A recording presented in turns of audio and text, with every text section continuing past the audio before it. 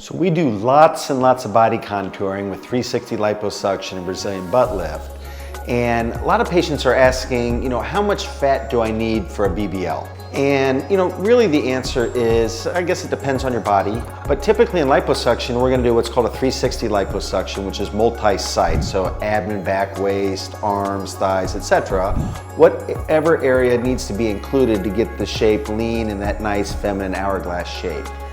And then Brazilian butt lift is really to fill the buttocks so that we can accentuate that fuller part of the hourglass. And I always liken it to patients that, it's like blowing up a balloon that's lost some air. We're not trying to create this huge butt. We're trying to, if the butt is a little bit weak or deflated, fill that with fat so we can pop that curve out to get that round and firm top to bottom and side to side. Average volumes for that, depending on smaller, thinner patients, maybe 350 cc's.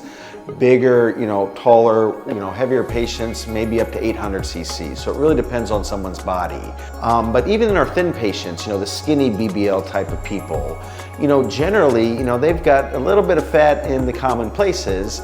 And then in those kind of body frames, we usually don't need all that much fat for a BBL. So, you might be surprised about which people are candidates, even though they're rather thin. If you're too thin for a BBL, it's not an option. Butt implants are the only other real option that's safe. And if that's a problem, it's not the worst problem to have in the world if you're too skinny. So any other questions on this or other things, feel free to contact us and we're happy to answer those.